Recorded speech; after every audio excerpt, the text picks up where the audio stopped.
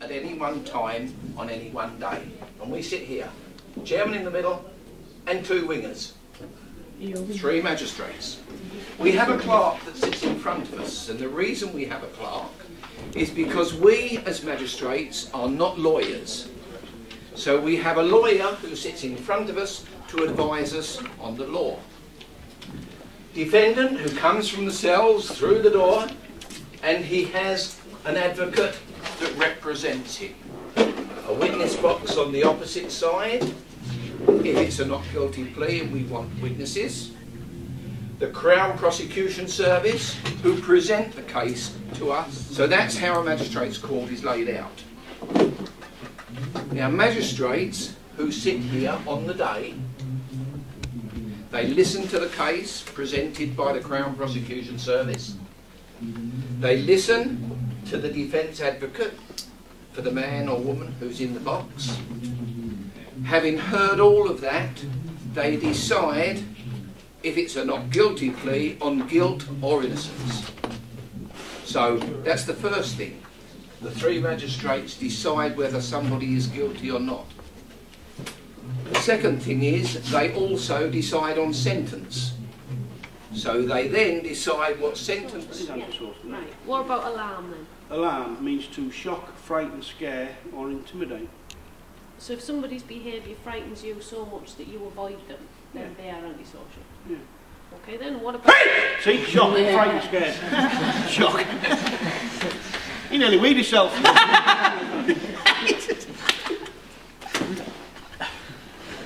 If you had a That's not funny. Hey, rewind. What did I say at the beginning? This is a fun Yeah, workshop. but doing that to people is not funny. Oh, it is. He's laughing. Look, you nearly weed yourself. In fact, they're all laughing now. Look. Yeah, it's nervous laughter. No. It's fun. Get a bit of fun out of a minute. Hey, if you had a weed yourself, you know I was a Boy Scout long ago. Yeah. The motto was, be prepared. Yeah. I was prepared if Why? he What weeded. were you going to do? Well, I've got a box of tissues out there. Could have wiped yourself. Be prepared. As I was about to say, what's another word for distress? Upset. Like, what could you have done to some of them? Well, he'd have been very upset. Yeah, exactly. Puddles on the floor and all sorts. It's not funny. Oh, come on, lighten up. We have a bit of fun. No, listen, right. You're at school. You've got to have a bit of fun when you're at school, aren't you? No. You know, right, you know where Colin stood now? Yeah. Right? If somebody had come through that door just there, because you frightened them, and they had a heart condition, and you did that, they could have had a heart attack. Oh, that's serious. See? Heart attack, yeah. So what would you have done? Well, I'd have walked over there. Walked? Yeah. He's supposed to hurry up. Well, he's on the floor, he's not going anywhere, is he? Anyway, you walk over there. What feedback are you getting? Fantastic. The students are really good. They're getting interested, they're taking part. Because this is a fun workshop and we need volunteers to actually come out and take part with us. You know? The message right at the end of your talk here is about knife crime and about what it can do. Does that think that's really hammering home? The lesson that we do is antisocial behaviour, and anything that they think is a bit of fun can escalate into a crime. By having a bit of fun on the streets can actually put them inside. It must be very hard though with things like peer pressure for young people, isn't it? It is, yeah. Peer pressure, they get a lot from the friends, from the school. Let's go into this shop, let's do this. Even hanging about on the street corner. Even a simple thing as hoodies. People get intimidated if they can't see your face. Keeping the hair dry, keeping them warm, but it's just intimidation. Not everybody could do the job you're doing, not only the way you present and your fantastic personality, but also the work as a prison officer. Supposing there was a student who actually said, I want to become a prison officer, what would your advice be? Do it. Do it. If you like talking to people, because prisoners are human beings. We don't just lock them away and that's it, keep them inside and let them go. We have a chat with them, have a bit of a fun and a laugh with them. Football teams, rugby teams, they tell me jokes, I'll tell them jokes. So if you like talking to people, be a prison officer. Disability. And your Thurrock, God bless them, quoted me a few months ago in a case that I dealt with where we had a young gentleman who I believe was about 20. And I can't remember the offence, but he owed the court some money.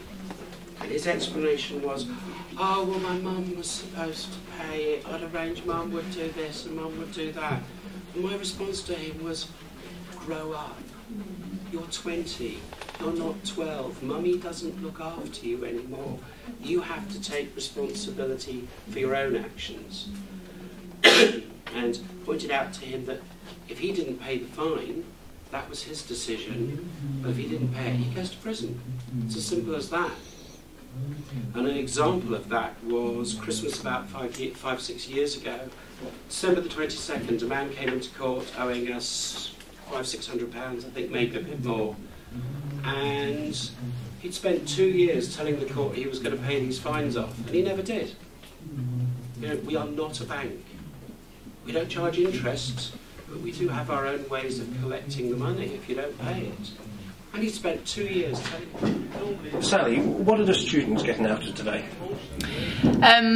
Hopefully some key messages about choices and consequences of their actions.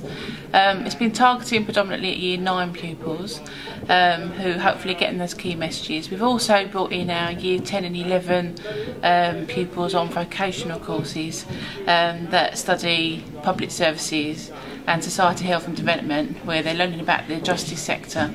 So hopefully they're getting those key messages, but also getting an awareness of what it's like to actually work in those services as well at the same time. Because when you're at Year 9, at that age, the whole world's in black and white, isn't it? I think one of the key areas that's come across today is that often people end up in trouble in prison, not because they've made a conscious decision to do something wrong and they're taking that risk. I think certainly the message coming from Carl, who the prisoner here today, is that he ended up getting into that situation almost by accident, and as a consequence spent 30 years in prison. So hopefully pupils are getting the message that they have choices around everything they do and that there are consequences at the end of it.